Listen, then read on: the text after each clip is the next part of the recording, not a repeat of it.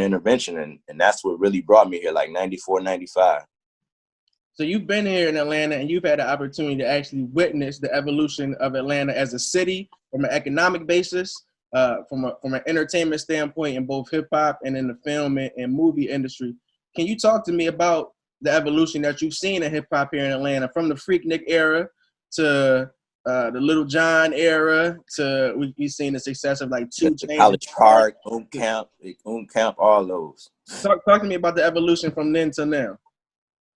Really, once again, like I felt in Detroit. Once I got here, I felt that Detroit thing. Like, wow, this is going on in Atlanta. Was always showing love to their heroes like a Camp, Raheem the Dream, Kilo Ali, Shadi, DJ Toomp. All these people were here. Mr. College Park, DJ Smurf.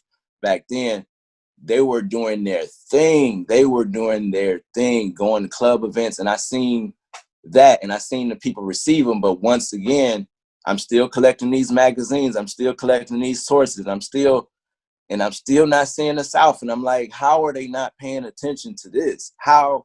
And then every so often you will see them. But once again, I'm reading those names, and you'll see a Maurice Garland, you'll see a Brandon Peters, you'll see a Randy Roper, Rodney Carmichael. You'll start seeing those names. So once again, I'm paying attention to the names that are showing love to the South.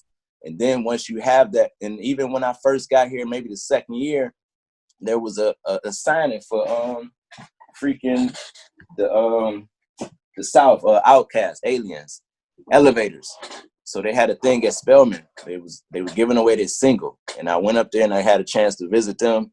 I stood in line for that, and it was a long line, and they were signing their tapes and autographs, and in the back while they were there, and once again it was just Atlanta, and that was a huge moment. But in the back, you seen 4 guys just eating Chick-fil-A, and I look at the pictures now, and that was like Cee-lo, that was T-Mo, that was Goody, that was Gip Goody, and that was the Goody mob in the back, like patiently waiting their turn.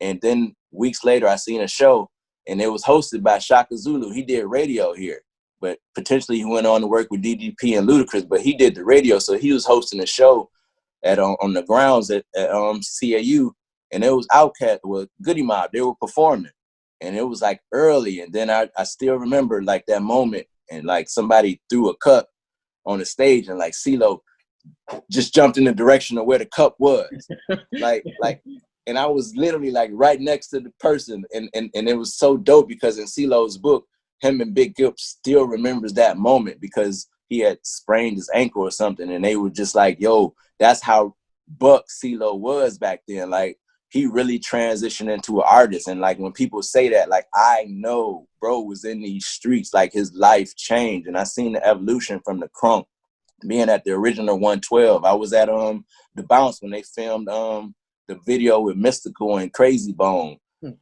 So just seeing like the evolution from how it transformed and being here when you got that moment, the South got something to say. Like that one in the Suge Knight joint, like those are probably the biggest moments in hip hop. But to be, once again, to see people get the flowers that I felt they deserved when people like a Royce or Elzhi or Eminem, like, cause I seen Eminem at the hip hop show in Detroit rapping. Nobody kind of knew who he was, just a spitting ass white boy. And years later, I'm at Lakewood Amphitheater, and he's doing the Up in Smoke tour with Dr. Dre, Ice Cube, Dog Pound, Snoop Doggy Dogg, Nate Dogg.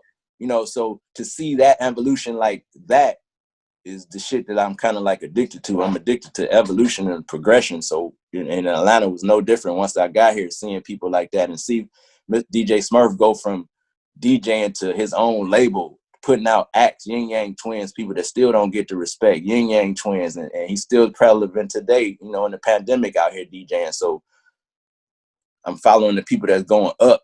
You know what I'm saying? I see the direction people going up, man, but it's always about those people. And that's why I have a relationship, because I was there in the beginning, and the real ones remember. And that's the thing. The real ones remember the support. So I always keep that in mind. Like, I'm conscious about that. People, the real ones kind of remember that. You know what I'm saying? Very well said. I respect the hell out of that. I want to ask you, and